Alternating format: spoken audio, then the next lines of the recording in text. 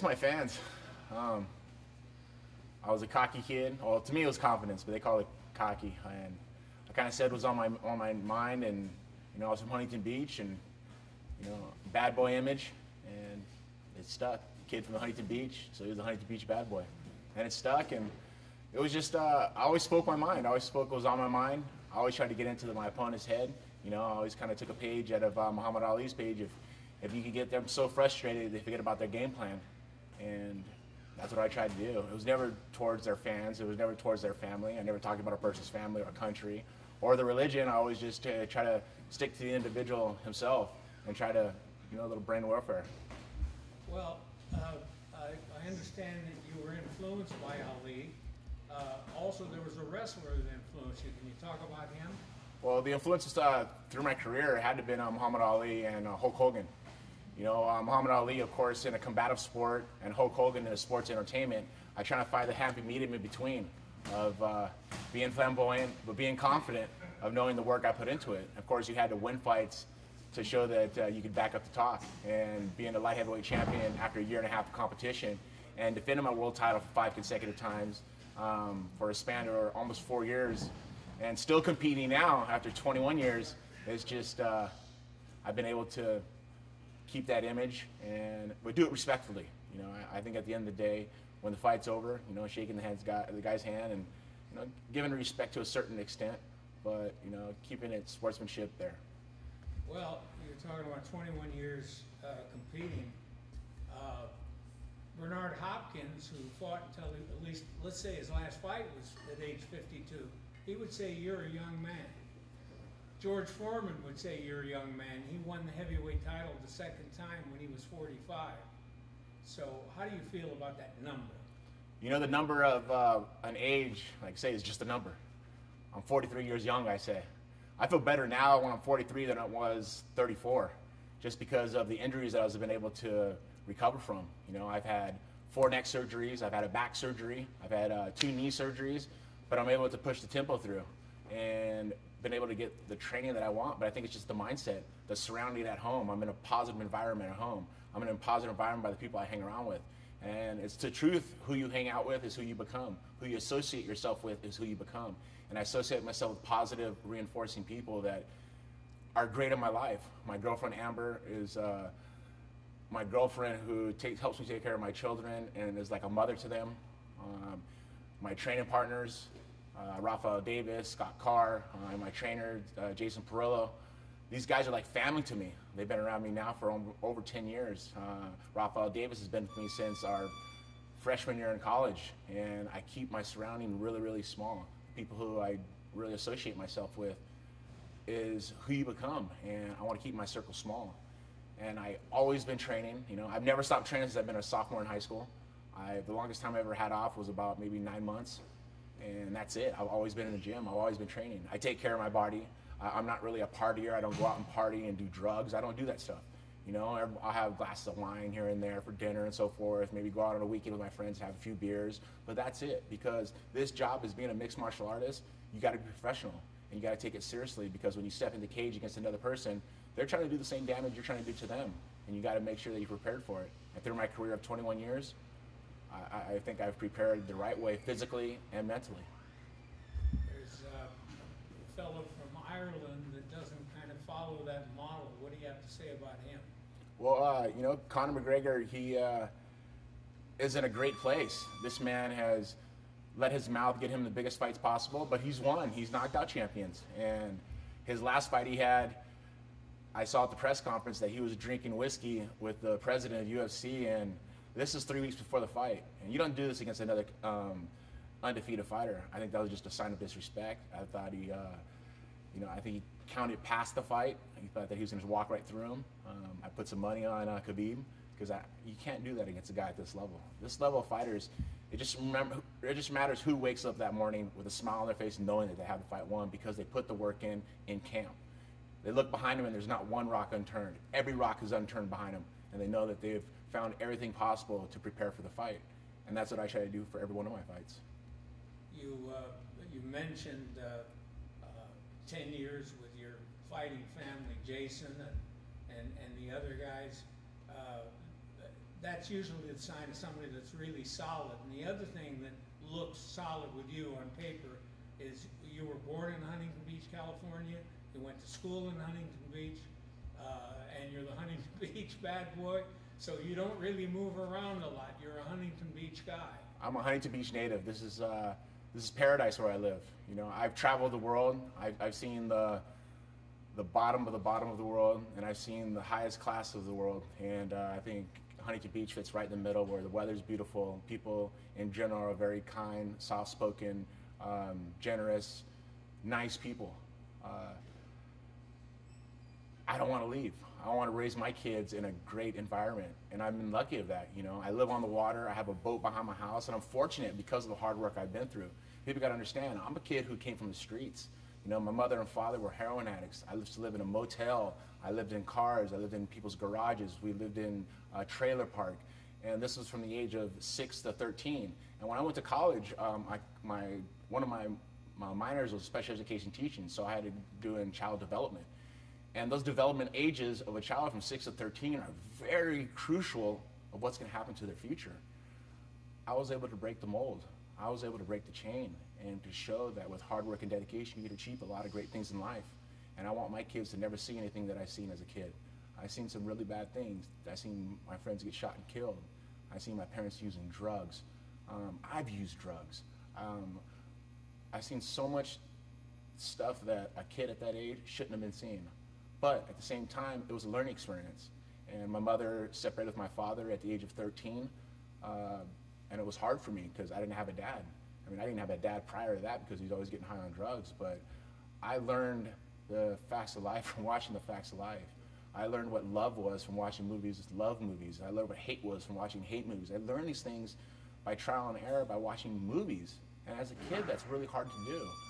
But as I got more of an adult and got more mature, I started understanding these things by watching films and educating myself by going to college and going to school and reading books, picking up books and reading people's stories, reading people's histories of how they got where they were. And it seems like the most successful people in this world came from the same situations in their lives. Either they were beaten, or they had, they came from drug addict parents, or they came from broken homes, or things like this. But this is what thrives us. I could be a statistic that being in prison or dead, or I could be someone who's been able to evolve into a great person, someone to give back and be an inspiration in someone's life. And I've been able to do that. I've been very lucky. I mean, through my whole life, I always understood one thing: don't ever step on anybody, get ahead, and always be respectful. And I've always been that person. I've always tried to be that person. And I don't want to get people confused, because when it's fight time and I'm competing against another man, I'm going to disrespect him personally. I'm not going to talk about his country. I'm not going to talk about his family, and I'm not going to talk about his religion. What I'm going to talk about is how horrible of a fighter he is, and he doesn't even amount to what I can do. I'm going to manipulate his mind as much as possible, but that's where the line's drawn.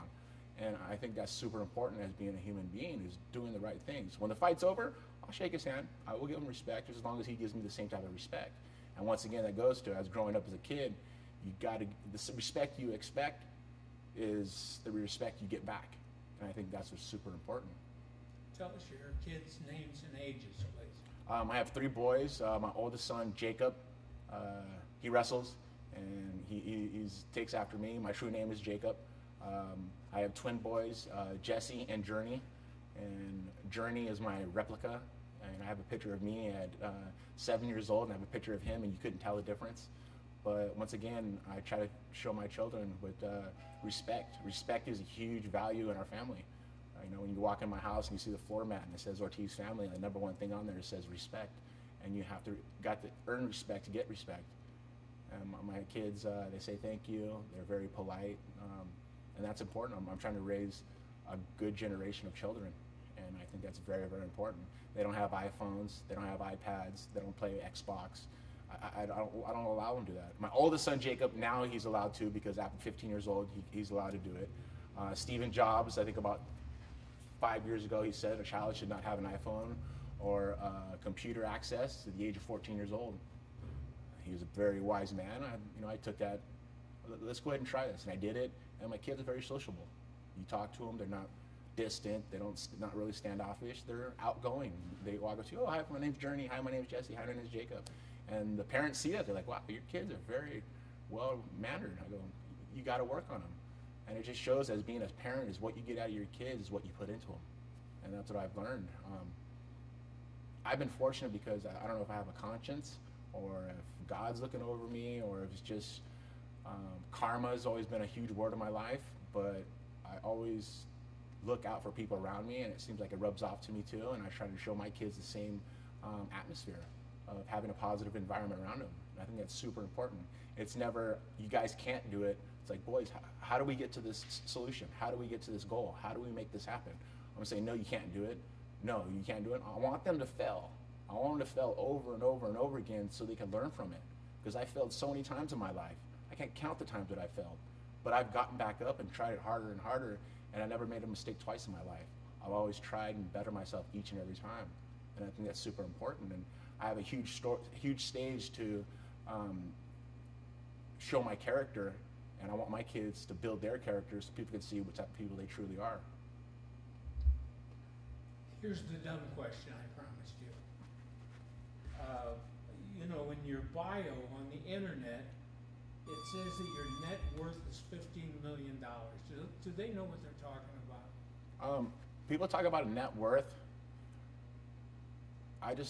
To me, happiness is my net worth. I wouldn't trade anything for the happiness that I have in my family and my kids' eyes. That's what's really important. I mean, money, yeah, money is key, but money just gives me an opportunity to show my children that what hard work is truly about. And it doesn't matter about the net worth. I have my fishing boat behind my house. I have my house on the water. I have my Rolls Royce Phantom. I have the goals that I've set through my life. I have beautiful kids who are smart. They're in the 4th grade. They read at a 7th grade level. They're very, very smart. And I don't have nannies. I don't have people taking care of them. It's me and Amber that takes care of our kids. And we're pushing them. We're trying to make them fail. I'm not trying to make them succeed. I want them to fail so they can get back and go, Dad, that was so hard. Dad, it's gonna be hard. Life's hard. If you think life's easy, you're gonna get eaten alive in this world. It's a dog-eat-dog world, and it's hard to say that because it's true. There's so many parents that want to hold their kids' hands all the way up until 18 years old. And it's like, no, you got to make sure you let them span their wings so they're able to learn through these things. And to me, a net worth is nothing. It's just truly not about the money. It's about the happiness, about what fills in my heart. When I get in that cage and I fight, it's never about the money. When I get in that cage and I fight, it's about being a better athlete, being the best athlete I can be, and getting my hand raised and showing my kids and showing my fans what hard work and dedication is truly about. And like I say, I've gone through surgeries. I have ACL replacement, 50% of my meniscus taken out, L4-5, S1 fused my lower back, T3, T2, T2, T1, C7 disc replacement, C6, C7 fused, C5, C4 disc replacement, C4, C3 fused. I reattached retina, but I'm like $1 million man. I have a great surgeon, but once again, it goes back to the physical therapy I did prior, the physical therapy I did post, and the surgeon that I had that I'd taken care of my body, and I kept my mind a temple. And to me, is just making sure that there's peace always in my home, there's peace in my mind, and there's peace when it's training time. When it's training time, I grind, I put in the work. I don't look for exits. I don't look for easy way outs. I try to find the hardest ways I possibly can do it. And when I do it, I push myself even harder. And I think that's what makes me who I am. There's 2 things I'm gonna live with the rest of my life, and 2 things that I'll die with. My name and my word.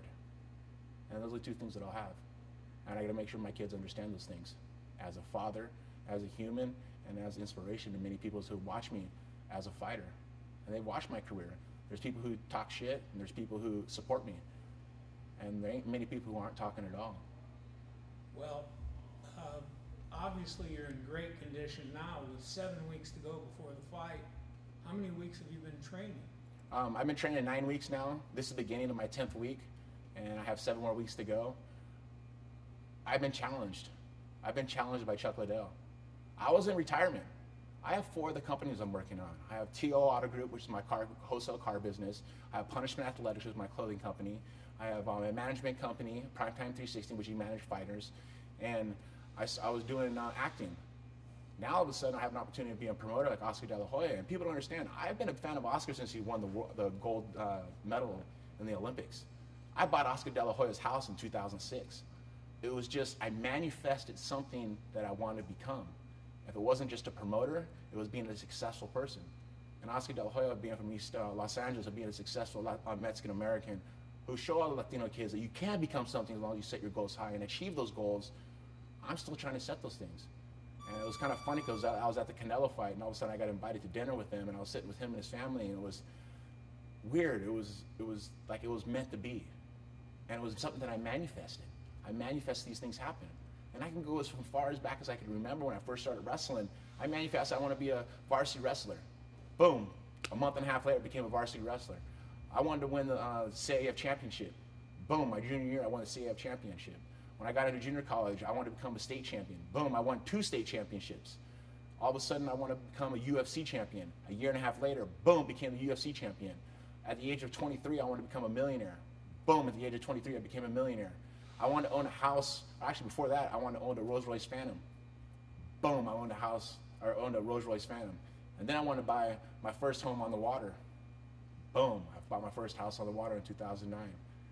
It seems like I manifest these things in my mind because I don't doubt myself. I always get up every day and I grind. I worked for Donald Trump back in 2005 on The Celebrity Apprentice. And I was the only celebrity on that show that was in his ear.